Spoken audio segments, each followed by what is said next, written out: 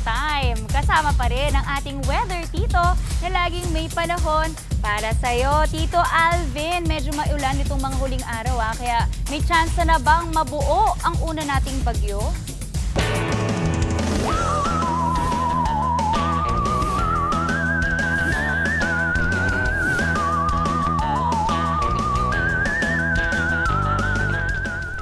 Good morning, Maui, at good morning mga kapatid. Ulat panahon na po tayo ha.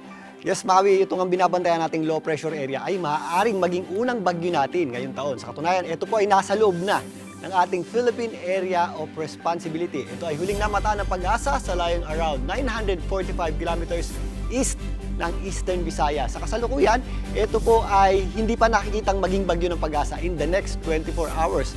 Pero itong kanyang trough at ang ating habagat or southwest monsoon ang nagdadala po ng maulap na panahon at mga posibleng pagulan sa malaking bahagi ng ating bansa.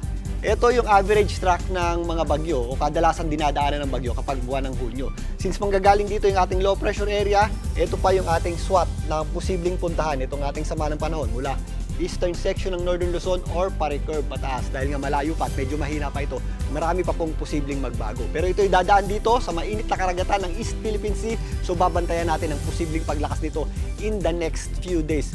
Ganun pa man, ito po ay magpapatuloy o magpapalakas ng ating habagat na posibleng magdala ng malawakang pagulan, lalong-lalo na sa western section ng ating bansa. Ngayong linggo hanggang lalong-lalo na sa susunod na linggo. Sa kasalukuyan, yung trough o yung extension ng ating low pressure area ay nagdadala po ng maulap na panahon at mga posibleng thunderstorms dito sa ilang rehiyon ng Mindanao. Diyan po sa Caraga, kasama po dyan ang Siargao Islands at Dinagat Islands, maging dito sa ilang bahagi ng Davao Region. Humihila naman po ito ng ating habagat or southwest monsoon na nagdadala po ng maulap na panahon at mga posibleng thunderstorms dito sa areas ng Zamboanga Peninsula. Kasama na po dyan ang Basilan, Sulu at Tawi-Tawi, maging dito sa BARMM at kasama na rin po dyan ang Soxargen. Again, mag-ingat po tayo sa mga posibleng pagba na maaaring idulot ng mga thunderstorms na epekto ng ating habagat or southwest monsoon.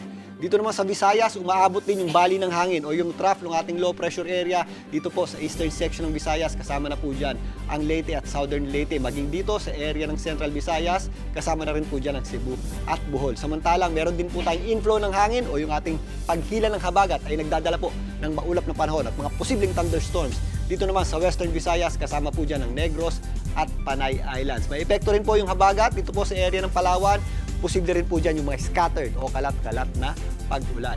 Ganon din po ang ating aasahang panahon sa natitirang bahagi ng Mimaropa, kasama po dyan ang Mindoro, Romblon at Marinduque, maging dito sa malaking bahagi ng Bicol Region. Although minsan nagpapakita po ang araw, mataas po ang ating tsansa ng pag-ulan at thunderstorms. Kasama na rin po dyan ang rehiyon ng Calabarzon. Medyo nabawasan naman yung ating pag-ulan dito sa northern portion ng Luzon, pero asahan pa rin po natin ang mga pulo-pulong pag-ulan at thunderstorms. Kasama na rin po dyan ang western section ng Central Luzon, yan po ang mga areas ng Zambales at Bataan. Dito sa Metro Manila, mas maulap po ang panahon natin kaysa sa nakasanayan at mataas din po ang ating tsansa ng pag-ulan at thunderstorms. Kaya paghandaan po natin yan mga kapatid ha. Pero ngayong weekend, magpapatuloy po ang epekto ng habagat at mas madadagdagan po ang ating mga pagulan sa Metro Manila sa susunod na linggo habang umaakyat itong binabantayan nating sama ng panahon. Kaya paghandaan din po natin. At yan muna ang latest sa ating lagay na panahon. Magbabalik po ang inyong weather tito na laging may panahon para sa iyo. Mga kapatid, Dimples Romana po, kumpletuhin ang inyong umaga ng mga kwentong puno ng inspirasyon. Salubungin po ang bawat araw ng may ngiti at pag-asa. Kaya't mag-subscribe na po at mag-follow na sa aming social media pages ng News 5.